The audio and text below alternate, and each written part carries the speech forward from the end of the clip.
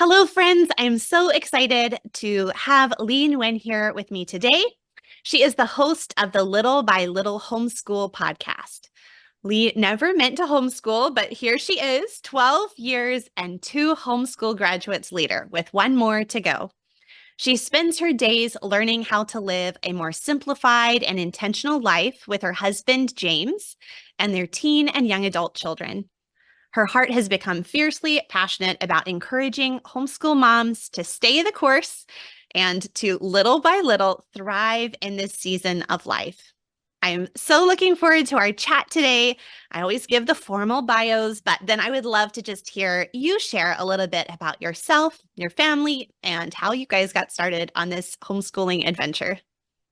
I'd love to share first. Thank you so much for having me today, Amy. I'm excited to talk. I love to talk to homeschool moms, and I could sit and talk for my kids always knew when they were little. If I ever met like a new homeschool mom or something, they're like, okay, let's get comfortable. We're going to be here for a while. So I love it.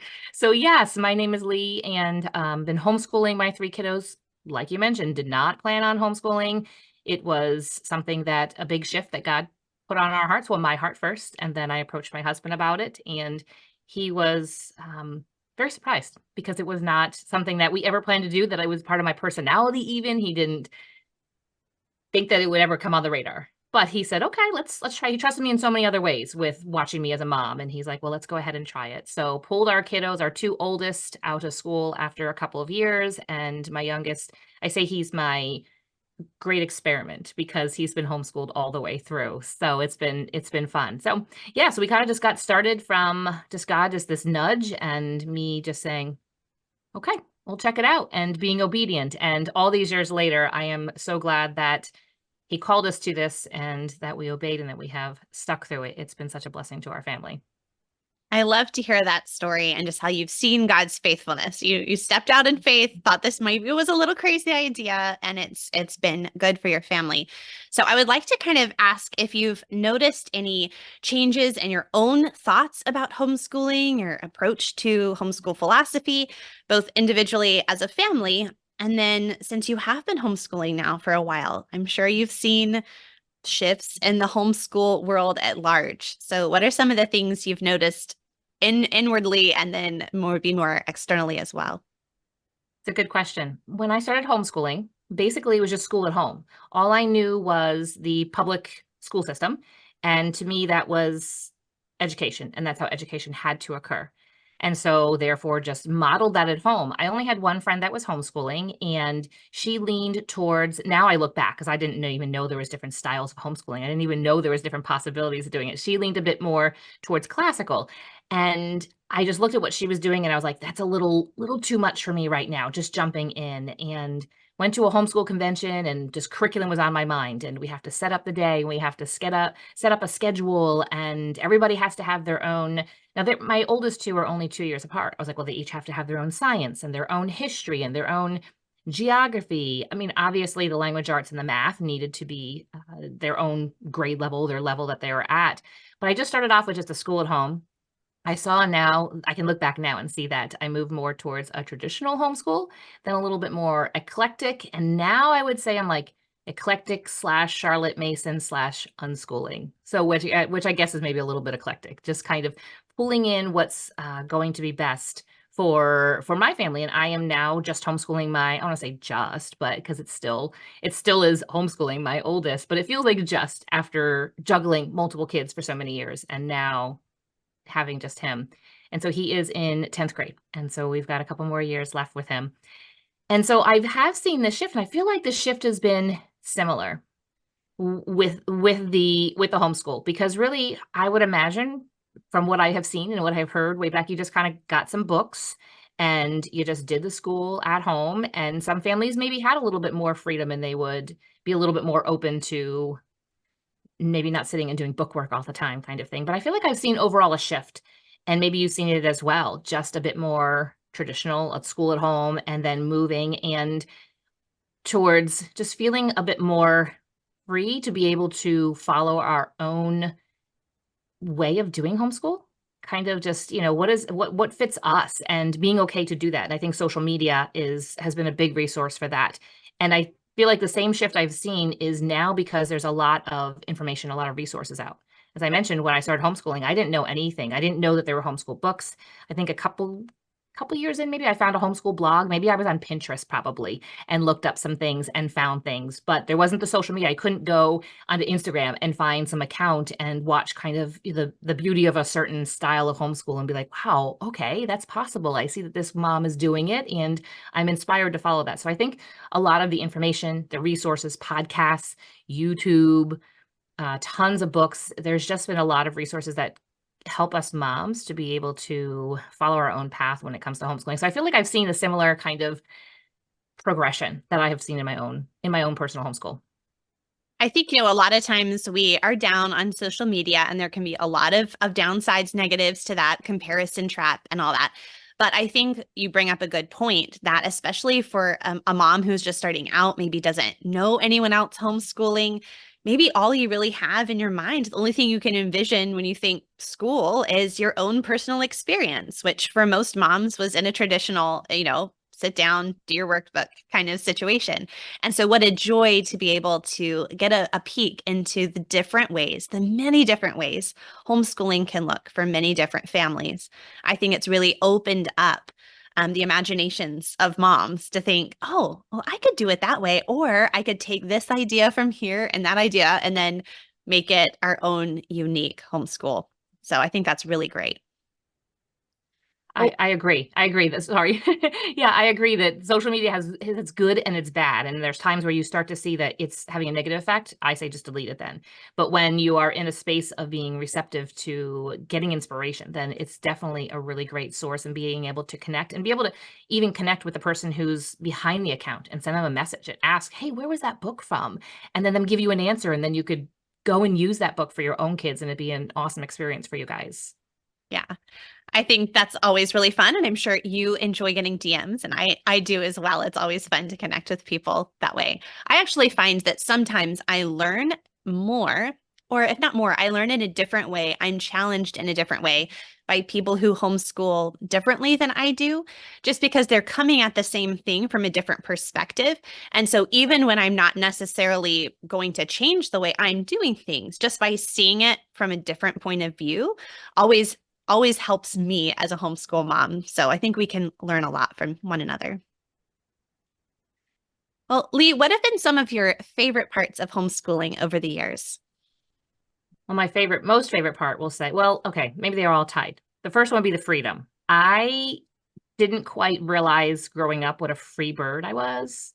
And I look back now, I'm like, oh, this all makes sense. You know, how I was in my childhood and teenage years and college and beyond. I'm like, okay, this makes sense. And freedom just to be able to create our own, I'll say in quotes, schedule, because I don't always think we need a schedule, just a routine and just we get to live our life. And I enjoyed that so much, being able to come up with our own schedule and being able to change as needed and learning flexibility and learning problem solving. I mean, I learned a ton of flexibility and problem solving as a homeschool mom. And so I would say freedom would be the first thing.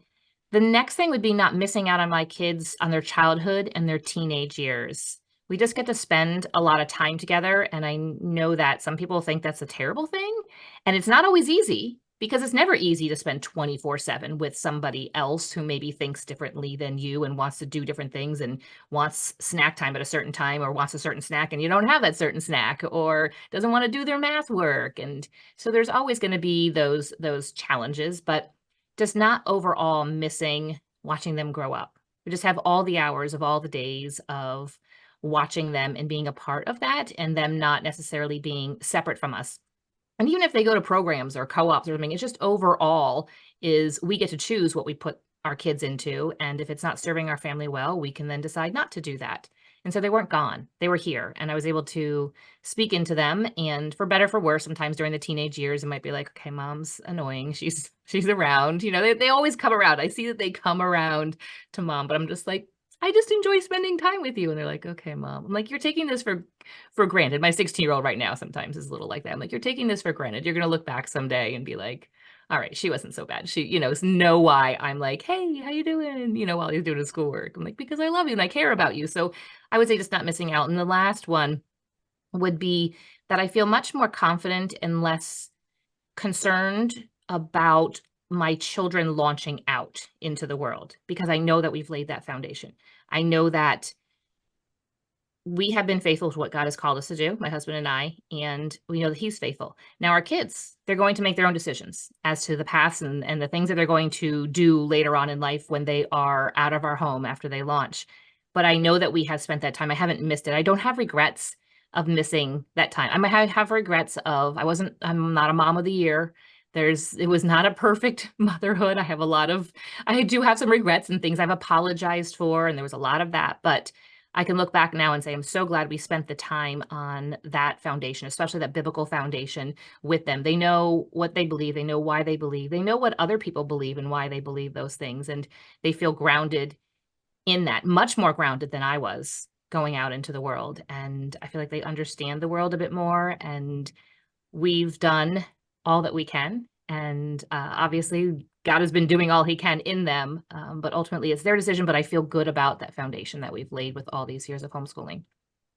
I think that's going to be encouraging to a homeschool mom listening, that you weren't saying, "Oh, I did it all perfectly. I was the perfect homeschool mom. I never made any mistakes. My children couldn't have asked for a better mother," right? That wasn't it at all. But you see that even through the mistakes, through the repentance and the restoration of relationship, through the work of the Lord in their hearts, you've seen that it's still been worth it and profitable.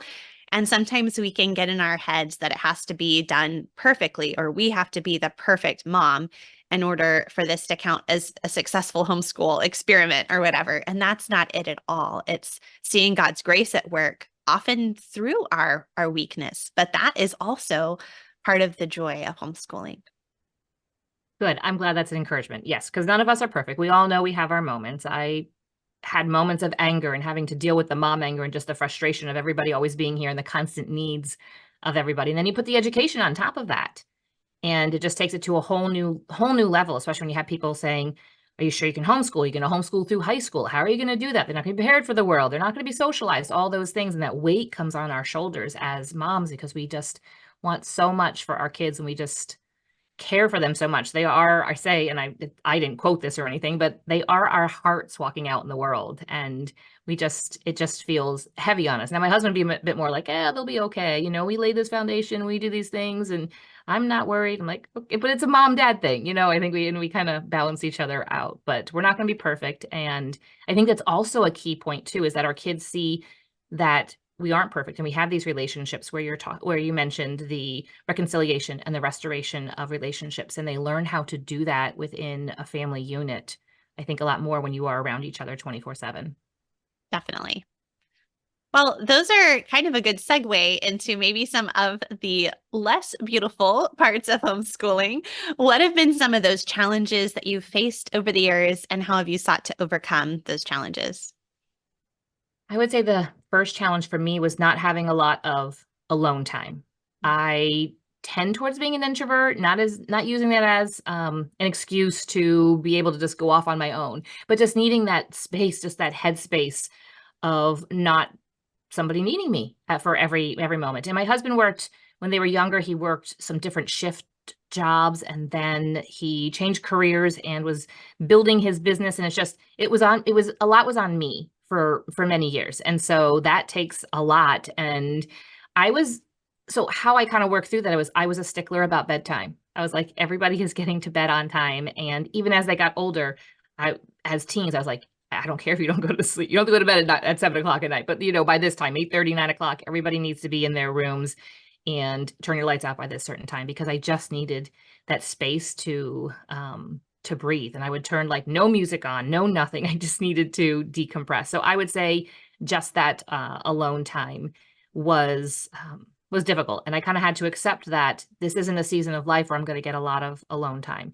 And I think some of that comes from our culture saying, send the kids off to school, then you can be home alone and you can do whatever you want when you want to do it. And now that I am in this season of life with two, my older two are 19 and 21. 21-year-old lives and works at a ministry. So she's out of the house right now. We'll see where God leads her and what comes next.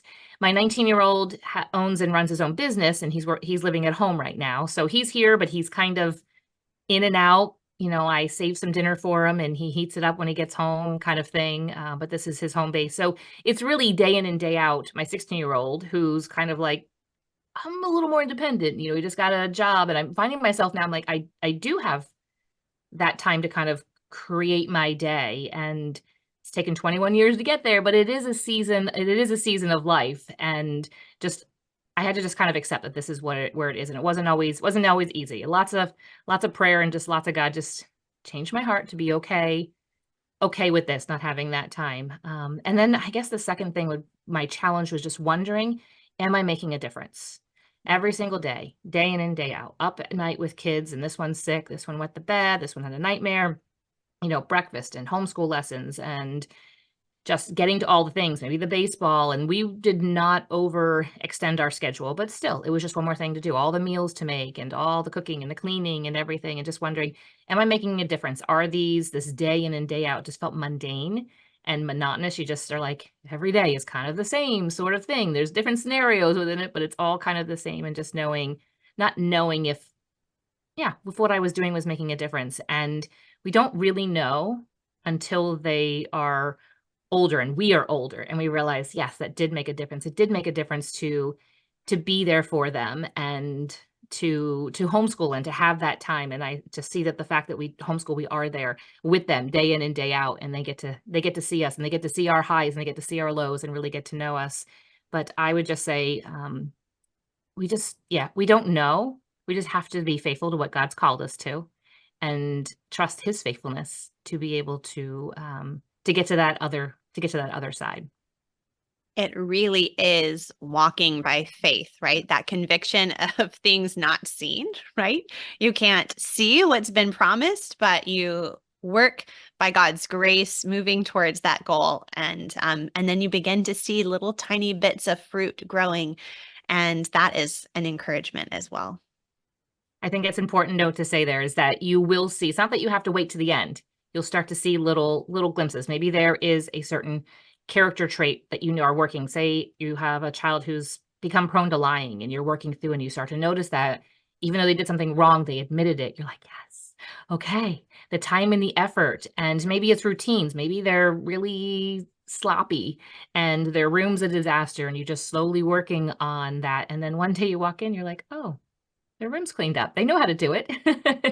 and they do it. So, but yeah, look for those little breadcrumbs, we'll say, right? That kind of get you, okay, yes, we are getting there. And then the full harvest is seen later as they get older. I'm still waiting for that fruit of a clean bedroom. I don't know.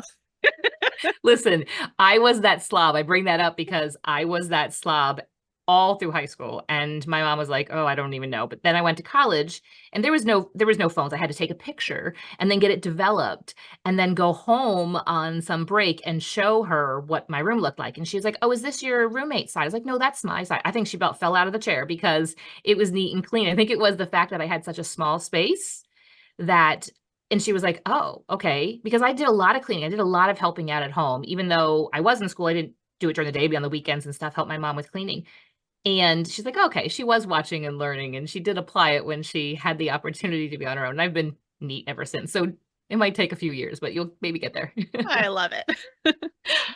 Okay, well, Leigh, as we think about our life as homeschooling moms, we start off the journey with these grand ideas and these goals, or maybe we're entering a new season of homeschooling. Our first time we're going to be having a high schooler or a middle schooler, and we think, all right, I got it. It's a new homeschool year, a new season. This is the year I'm going to have it all together. It's going to be great. So we have our checklists and this ideal, amazing homeschool plan, and then real life happens. Okay. I have been there many times. I'm sure the listeners can relate to that as well. I'm sure you can. So how do we avoid comparison, perfectionism, while also still planning with purpose, right? The answer isn't just to throw up our hands and be like, well, I guess I shouldn't plan anyway. And then do you have any big picture questions you think we should be asking as we're thinking about our homeschooling goals and plans? This is such a great question. You could ask my husband right this moment, what's the number one phrase I would use all during the homeschool years? And I'd be like, this is the week. I'd say on a Sunday, this is the week. everything is going to go according to plan. It's just going to, we're going to get all our schoolwork done, all the chores. This is the week. And then at the end of the week, you're like, this was not the week, like there was this and there was that. And I guess I just had to come to the point, which just became a joke between us. I was like, this is the week. And then sometimes I get to the Sunday, be like, guess what? This is not going to be the week. Like I'm already looking at it. And there is a lot of puzzle pieces to put together. But I would say the first thing would be sometimes we just need to put our blinders on, whether this is online, like we were talking about. Online can be great and it can be a negative sometimes. When it's a negative, turn it off, delete it, don't even pay attention to it. But also in person, we just had to put our blinders on and say what even my friend or what that Instagram account is doing is great for them. Let me do what's great for me. And just kind of ignore. Sometimes there's some seasons where we have to ignore somebody because we're not ready to receive maybe some inspiration from them. And that's okay. We just have to recognize that. And I think really what we need to do is we need to uncover our own family's culture, what's important to us and our family. And it's okay. Like it doesn't have to be what somebody else's culture is. And what is our why for homeschooling? What is our vision? What are some goals that we have? And then pray on those things. Talk to our husbands, make sure they're on the same page. They might have some input that they're seeing from the outside, but inside, they're in the group, but they're kind of on the outside, maybe not in the day-to-day that you're carrying through. And then don't ignore what maybe your natural inclinations are. Maybe you are a bit more of a free bird. Maybe when I mentioned freedom, you're like, yeah, that's totally me. And I want to be more free in my homeschooling. Then do that. Don't compare yourself maybe to a mom who purchased a box curriculum, or is doing something more classical. She's doing what's best for her family and going to meet their goals. You need to do what's best for your family and meet your goals. The thing that sometimes happens in that, though, is that kids don't always want to fall into the way we want to do things. Maybe we're a bit more free and we have a child that thrives better on more of a routine and something a bit more predictable. And I think at those times is when we get to stretch ourselves and we get to then work with them and find what's going to help lead them to success, because they're just a child. They don't have that maybe ability to be able to shift and become suddenly more free. They just need that structure, and maybe you might be surprised, they might grow up and be a lot more free and be kind of like you, but just at that season, maybe they just needed a lot more structure or just a routine or something predictable. A lot of kids really do thrive off of predictability, especially when it comes to homeschool. They know this is what we're going to do. This is what all three of my kids are like, what is required of me during this time so that we can do this? And then I can go on and play. Because my goal was always to kind of get things done in the morning and then let them have just freedom the rest of the day. And so I would just say, put your blinders on, just follow what you need to do, I don't want to say follow your heart, because that's totally not like biblical what I mean. But if your inclination is to maybe do a little more unschooling, a little more Charlotte Mason, maybe it is to do more traditional, more eclectic, classical, road schooling, whatever it is, it's okay to do those things and then adjust as needed. Like I was mentioning with maybe the child that needs a little more routine, adjust for what they need. Just knowing that God created us all with just different personalities, and it's fun to watch how that comes together. A husband and a wife come together and create that homeschool that just seems to fit them. And you look and you're like, oh yeah, that's totally them. And knowing that you doing totally you is okay, just like your friend is totally okay for them to do. Like I mentioned earlier, my friend was a bit more classical and they did that for many, many years. And I was a bit more eclectic and just kind of a little bit more free with things. And we were like, our kids had such a great time together. We got along so well, could talk about so many things. And I think that's the beauty of homeschooling. We can encourage one another, but not to feel less than. And I say also to be just bold in your decisions. This is how we are going to homeschool. Just do it. And don't be worried about what others are going to say, what they're going to think. And don't look to others to compare yourself. Look to them for inspiration. Like I was mentioning, you can look on Instagram and be inspired. But if you're not feeling inspired, turn it off and go outside, go on a field trip, go do something fun, like just with your kids. So your last part of your question was, what are just I would say the main big picture question that we should consider is, who are the young adults we want to put out into the world? Because we get so focused on the 5-year-old, 8-year-old, the 11-year-old, and you have all the year olds at all the same time if you have multiple children and everything that's going on. So who do we want them to be? We can't make them who we want them to be, but what experiences, what biblical foundation do you want them to have? What literature do you want them to read? How do you want them to spend their time? What are some skills you want them to have? And then just reverse engineer that. How can you start doing that now?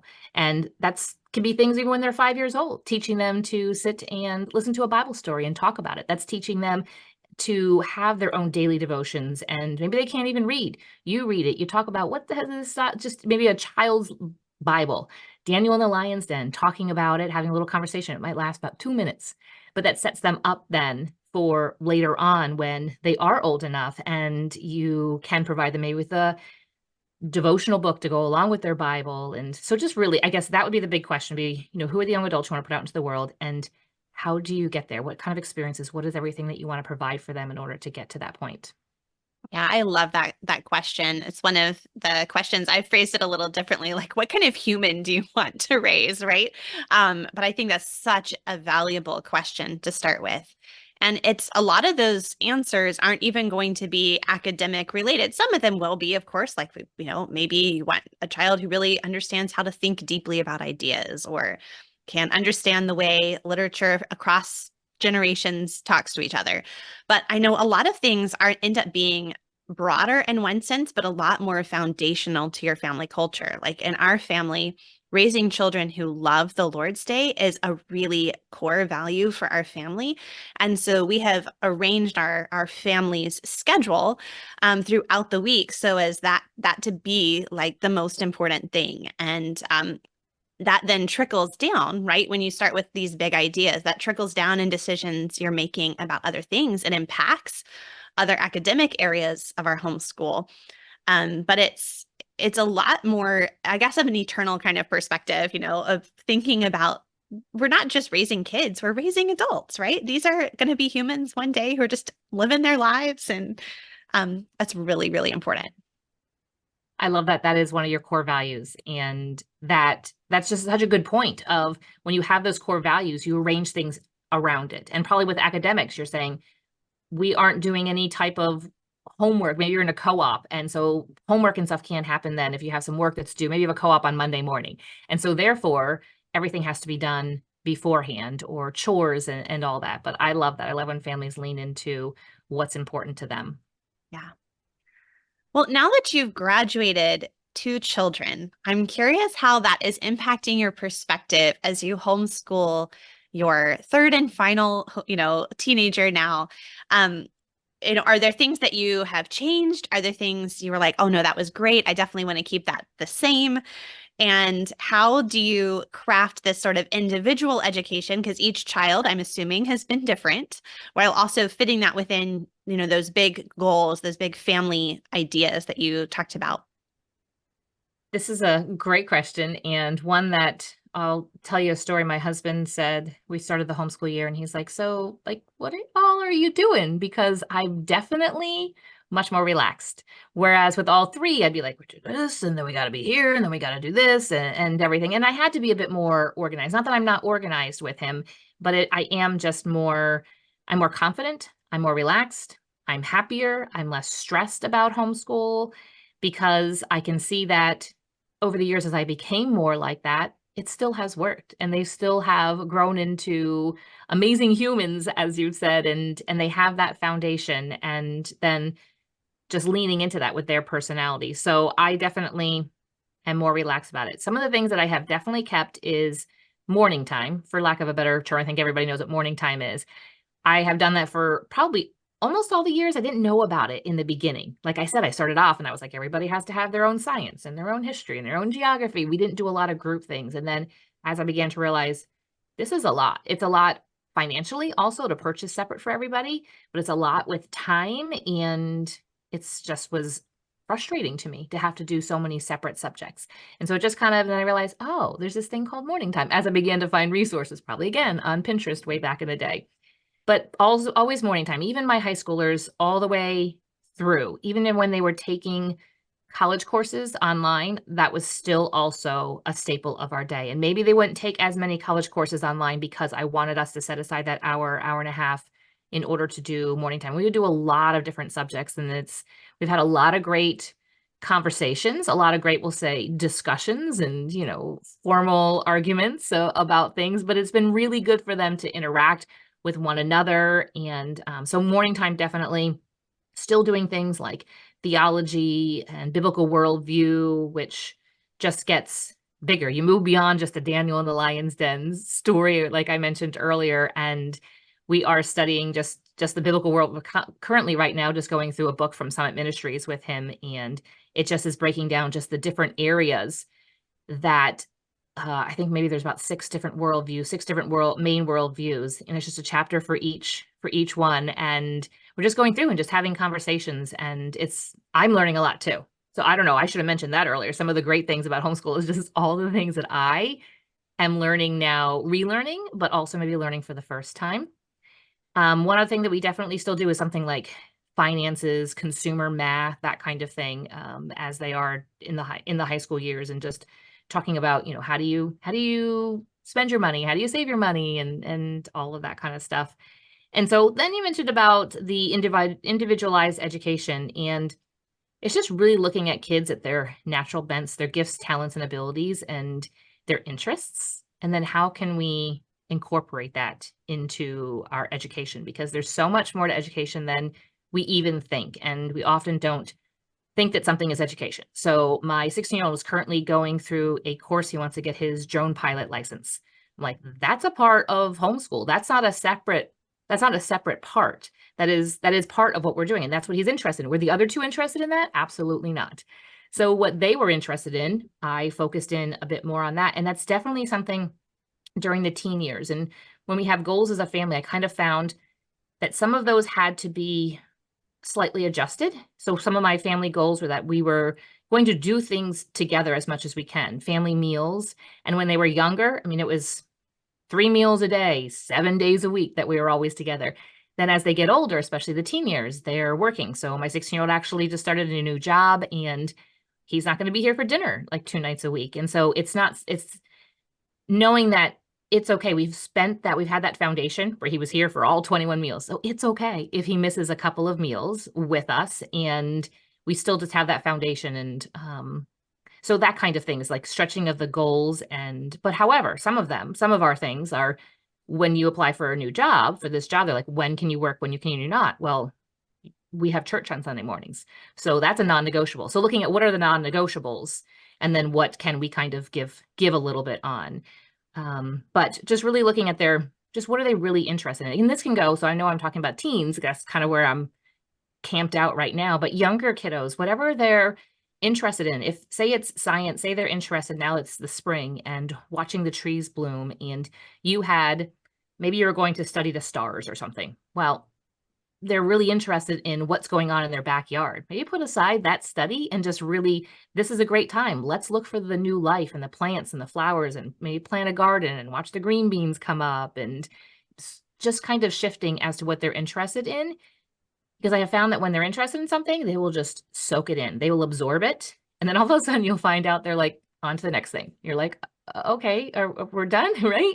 And then you realize, oh, they've absorbed all that they wanted, that they need at this point, and they're ready to move on to the next thing. I think it's fun, and it keeps things, instead of homeschool becoming monotonous and boring and just every day doing the same thing, we get to switch things up. And that goes back to the freedom that I enjoy as well. Yeah. Oh, I love that. Well, if you were going to go back and talk to yourself as a new homeschool mom, like what would you want to say to yourself? And maybe, any new homeschool moms can listen in. Yeah, this is going to be, it's something that I was probably told by moms who were further down the road than me. So it's going to be the same stuff. And you're like, oh, okay, yeah. But just things like laugh more and just be more lighthearted with my kids. Now, there is a time where we don't need to where that's not appropriate, where we are, there's some discipleship or discipline that needs to take place, and laughing at that time is not really good. But just to be there in the moment and to enjoy them, and with those times of discipleship and discipline, they understand that we care about them they don't always, when they're younger, don't always understand that that we're trying to keep them safe within an area, keep them in the guardrails, so to say. And they don't always appreciate that. But as they get older, let me tell you that they do. But just to laugh more. And I would say, take the pictures, but then put the phone away. And it doesn't need to be there. I know the phone is a big distraction. When I started homeschooling, there was no cell phones. There was, the internet was barely off of dial-up internet, and there wasn't that distraction. And I found that through my years of homeschooling, it became a distraction as I had access. I'm like, oh, I used to have to almost dial up to check on Facebook, but it's right here. And then Instagram comes along and all the other things that come along with it. But take the photos, take the videos, just so that you can remember, and then put the phone away, knowing that memories can happen without having to take a photo, without having to take a video. And then go on the field trips, go outside, take the walks, I would tell myself not to be so serious. But again, that goes back to that weight on our shoulders, and we just feel this heaviness, and we want to do right by our kids. We want to set them up for success, and because we care about them so much. So that's what I would go back and tell myself and any new homeschool moms now. That's probably a good thing even for us old homeschool moms to hear too. Well, Leigh, here at the end, I'm going to ask you the questions that I ask all of my guests. And so the first is just, what are you reading lately? Well, let's see. I do a lot of reading with morning time. And so if I listed all those books, it'd be a lot. So the book that we just finished up, so I'll give the read aloud book that we just finished up, was White Fang by Jack London.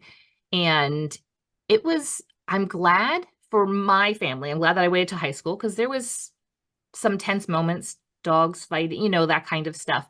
But it also really tied in well to what I was mentioning, that biblical worldview book that we were reading, because I know a little bit of Jack London's worldview that I already kind of knew. And so I'm talking to him through conversations. Are you seeing this in his writing? So that was kind of neat. Instead of just reading a book just to read it, this is the kind of part of that I enjoy with the high school years, is being able to get in a little bit deeper and looking at the author and what are they saying? And then that can tie very easily into, okay, what about media and movies and TV and songs?